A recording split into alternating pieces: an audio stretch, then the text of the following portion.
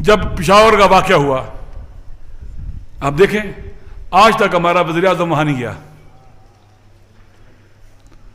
بھائی عوام نے ووٹ دیا ہے، لوگوں نے آپ کو ووٹ دیا ہے، آپ کیوں نہیں جاتے؟ بادشاہ نہیں جایا کرتے، جو جمہوری پرائم منسٹر ہوتے ہیں وہ جاتے ہیں. اتنے لاپرواہ.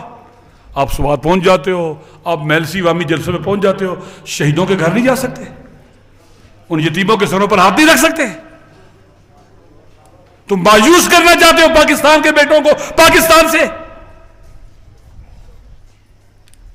لہذا ہم نے اکٹھے ہونا ہے، ہم نے ولایت کے پرچم تلے اکٹھے ہونا ہے، ہم نے اپنے آپ کو ایک دوسرے سے دنیا داروں کی جماعتوں کی وجہ سے ایک دوسرے کے مقابلے میں کھڑے نہیں ہونا ہے. ہم نے دنیا پرستوں کے پیچھے چلتے ہوئے ایک دوسرے کے مقابلے میں نہیں آنا ہے. ہم نے یہ اقتدار پرست ہیں، یہ دنیا پرست ہے. ہم نے دیکھ لیا ہے، ہم نے دیکھ لیا ہے،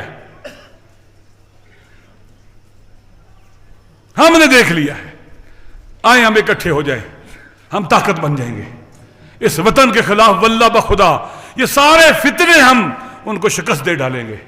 اہل سنت کو بھی طاقتور ہونا چاہیے، ان کو بھی ٹکڑوں میں نہیں بٹنا چاہیے، ان کو بھی اکٹھے ہونا چاہیے تاکہ شیعہ اور سنی اس وطن کی دو آنکھیں اور دو بازو ہیں، یہ مل کر اس وطن کا دفاع کریں، حفاظت کریں اور اس کو آگے لے کے جائیں.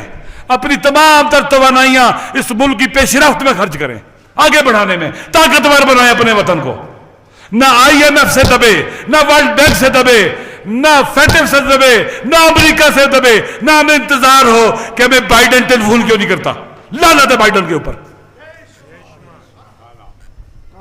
ہم 22 کروڑ عوام کا ملک ہیں، اسٹریٹجیکلی بہت عام جگہ پر واقع ہیں، 5 ارب انسانوں کی کنیکٹیوٹی کا ہب ہے، ایٹمی طاقت ہے.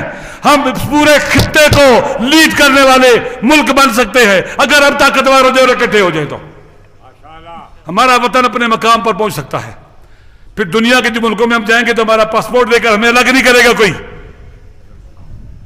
میں جرمنی گیا، جہاز کے دروازے سے باہر نکلا، انہوں نے پاکستانی پاسپورٹ، الگ ہو جاؤ، الگ ہو جاؤ. سویڈن سے بائی ٹرین جا رہے تھے ناروے، پوری ٹرین میں ہم 2 پاکستانی تھے، ہم ہی چیک ہوئے، کتے بھی لے آئے، سامان بھی. میرے دوست نے کہا کہ ہمارے ڈیو ٹو اور بلیک ہیئر آپ ہمیں چیک کر رہے ہو، کالے بال ہیں اس لیے. پاکستان کے پاسپورٹ کی قدر ہی ختم ہو گئی، عزت ختم ہو گئی. ہم اپنے وطن کو اس کی کھوئی عزت لوٹا سکتے ہیں. ہم علی والے ہیں، ہم کربلا والے ہیں، ہم امام زمانہ کے منتظر ہیں. امام زمانہ کے انتظار کرنے والے کبھی ذلت کا تو گلے میں نہیں ڈالا کرتے. ان کا ایک ہی نعرہ ہوتا ہے ہاتھ بن الذلہ.